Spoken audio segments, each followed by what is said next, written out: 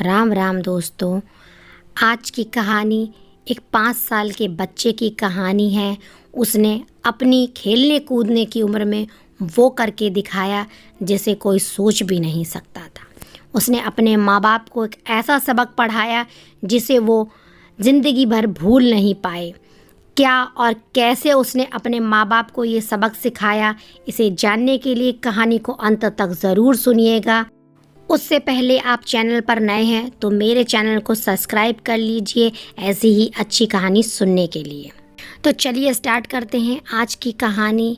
ये कहानी सुरेश नाम के एक बच्चे की है जिसे उनके माँ बाप ने बड़े ही लाड प्यार से पाला है। उसकी हर ख्वाहिश को उन्होंने सर आँखों पर रखा। सुरेश ने भी अपनी तरफ से कोई कमी नहीं छोड़ी। वह अपने माँ बाप के हर सपने को पूरा करने की सामर्थ्य रखता था और उन्हें करना चाहता था। सबसे पहले उसने गिरवी रखे हुए अपने खेत, ज़मीन और घर को छुड़वाया।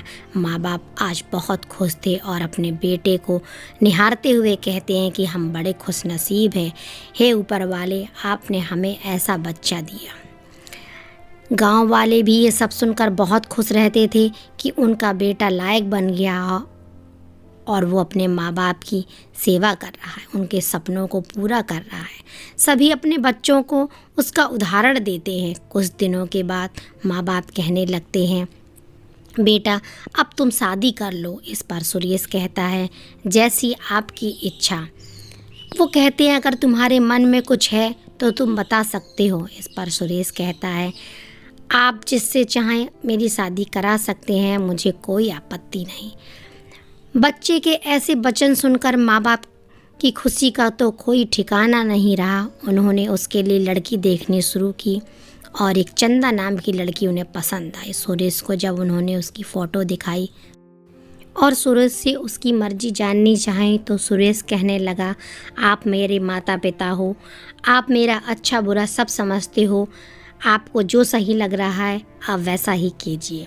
उन्होंने चंदा को पसंद कर लिया और थोड़े ही दिनों में चंदा और सुरेश की शादी हो जाती है। चंदा एक समझदार और सुशील लड़की थी। उसने आकर घर को स्वर्ग बना दिया। माँ बाप बहुत खुश थे ऐसा बेटे और बहू पाकर। मन ही मन वो भगवान का आभार व्यक्त करते हैं। कुछ दिनों के बाद में चंदा गर्भवती होती है और 9 महीने के बाद वो एक सुंदर से बेटे को जन्म देती है। मानो पूरे संसार की खुशियाँ उनके चरणों में हैं और वो लोग बहुत खुश हैं। सारे गांव में दावत करवाते हैं। अपने पोते को गोद में उठाकर दादी कहती है, मेरे तो इतने अच्छे भाग्य हैं जो मुझे इतने अच्छे बहू और बेटे और अब पोता के भी दर्शन हो गए हैं।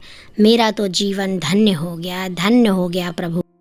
कुछ दिनों के बाद सुरेश उनसे कहता है कि उसकी पोस्टिंग एक बड़े शहर में हो गई है, अब उसे वहाँ पर शिफ्ट होना पड़ेगा। माँ बाप बहुत दुखी हो जाते हैं और चंदा ये सब सुनती है तो वो खुश तो होती है, पर माँ बाप के बिना वो कैसे वहाँ रहेगी ये सोचकर वो रोने लगती है। वो माँ से कहती है, आप सब लोग भी हमारे साथ चलो, हम आपके बिना वहाँ कैसे रहेंगे, हमारा तो मन भी नहीं लगेगा।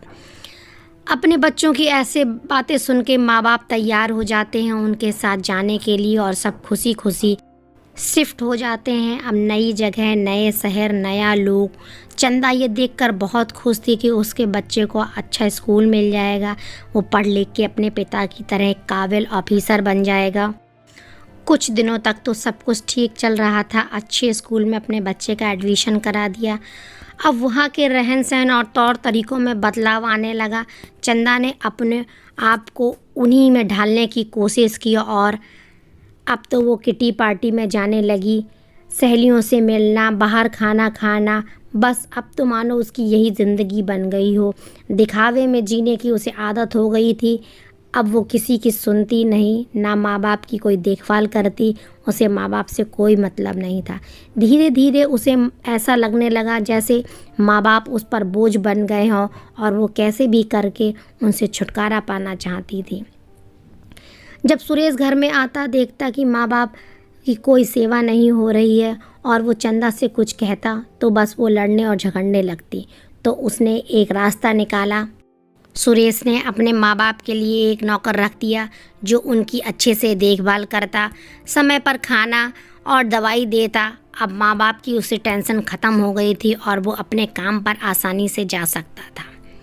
इधर जब माँ चंदा को पता चलता है कि सुरेश ने उनके लिए नौकर रखा है तो मन ही मन सोचती है कि कितना फिजूल खर्ची करता है ये आदमी, इसे कोई भी चिंता नहीं है, मैं इसे समझा समझा कर थक गई हूँ, माँ बाप के ऊपर इतना खर्च करने की क्या ज़रूरत है। तभी उसकी सहेली आ जाती है और वो उससे कहती है कि क्या हुआ चंदा, किटी पार्टी के लिए तैयार नहीं हुई हो। चंदा कहती है एक टेंशन ख़त्म हो तब तो, इस टेंशन से मैं जूझ जूझ कर मैं थक गई हूँ, मुझे समझ में नहीं आ रहा है कि मैं क्या करूँ।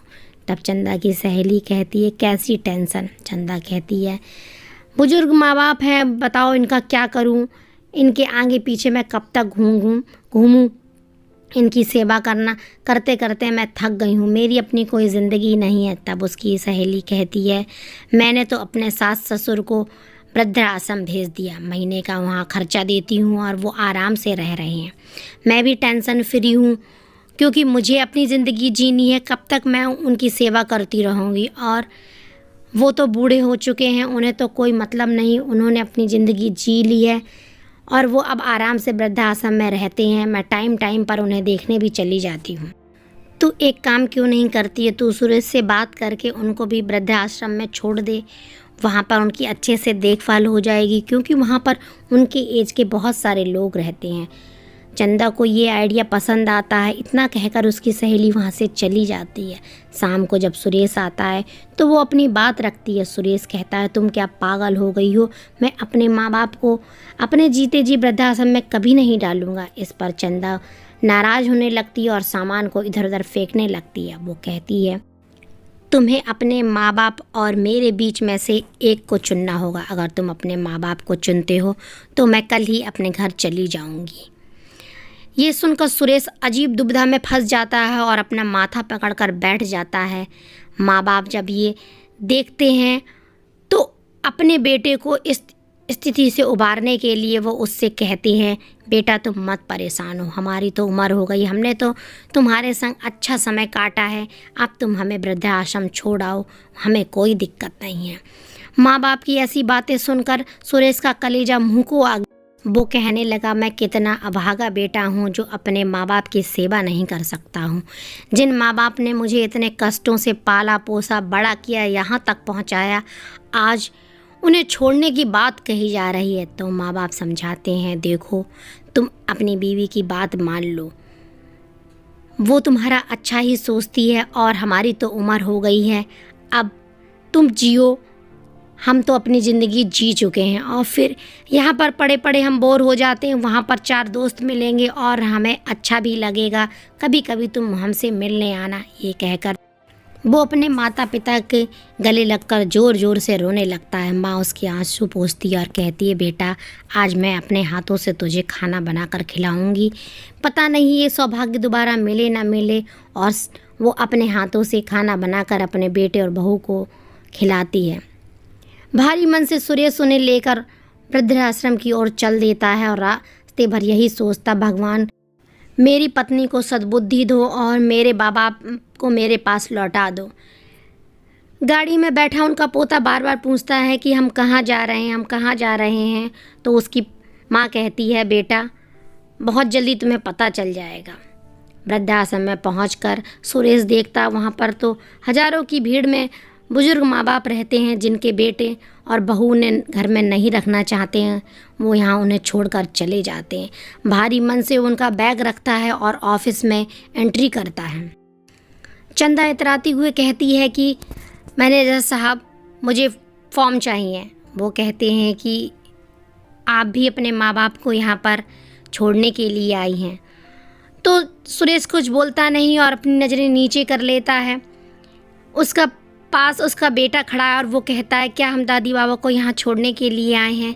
मम्मी आप ऐसा क्यों कर रही हो? मैं दादी बाबा के बिना नहीं रह सकता। इस पर उसकी माँ कहती है कि मैं इनकी सेवा करते करते थक गई हूँ, मुझ पे अब इनकी सेवा नहीं होती है, मेरी अपनी क्या ज़िंदगी नहीं है कुछ, और वैसे भी यहाँ क्या कष्ट होगा, यहाँ उनकी उम्र के हज़ारों लोग हैं, वो इनके साथ रहेंगी तो उन्हें अच्छा लगेगा। और वैसे भी हमें यहाँ के जितने भी पैसे बनते हैं वो उन्हें भिजवाते रहेंगे। और ये कहकर वो मैनेजर से कहती है फॉर्म दीजिए। मैनेजर उन्हें समझाता है कि आप तो समझदार लगते हैं, पढ़े लिखे हैं, आप ऐसे हरकतें क्यों कर रहे हैं, क्यों अपने माँ बाप को इस उम्र में छोड़ रहे हैं। इस पर चंदा कहती है कि आप अपने काम से मतलब रखिए, आप बताइए कितने पैसे लगेंगे, आप मुझे पैसे, मैं आपको पैसे दे रही हूँ, आप अपने मेरे माँ बाप को यहाँ पर रखिए, आपको क्या दिक्कत है। वो कहते हैं कि मुझे कोई दिक्कत नहीं, पर मैं आपको लास्ट बार ये समझाना चाहता हूँ। इस पर चंदा कुछ बोल पाती, तभी राजू कहता है अंकल अंकल मुझे भी एक फॉर्म दे दीजिए। मैनेजर कहता है कि अरे अभी तो तुम छोटे हो और इस फॉर्म का क्या करोगे। तब वो कहता है कि जैसे मेरी मम्मी पापा मेरे दादी बाबा को यहाँ छोड़ने आए हैं जब वो बूढ़े हो गए हैं, और मैं जब बड़ा होऊंगा तो मेरे मम्मी पापा भी बूढ़े हो जाएंगे, तो मैं उन्हें भी यहाँ वृद्ध आश्रम में छोड़ कर जाऊँगा ना। इस पर चंदा उठकर उसे एक थप्पड़ मारती है और कहती है मैंने तुम्हें यही सिखाया है, तुम्हें अपने माँ बाप से बिल्कुल भी प्यार नहीं है। इस पर राजू कहता है कि आप दादी बाबा से प्यार नहीं करती हो, पापा के लाख समझाने के बाद भी आप उन्हें वृद्ध आश्रम में छोड़ने के लिए आई हो ना, तो फिर मैं जब आपके साथ ऐसा करूँगा तो आपको बुरा क्यों लग रहा है। इस पर चंदा को अपनी गलती का एहसास होता है और वो अपने सास ससुर के पैरों में गिरकर माफ़ी मांगती है। फॉर्म को उठाकर वो उसके 4 टुकड़े कर देती है और बेटे को गले से लगाकर कहती है कि तुमने तो मेरी आंखें खोल दी। मैनेजर कहता है सुरेश जी, आप जो ना कर सके वो आपके 5 साल के बेटे ने कर कर दिखाया है।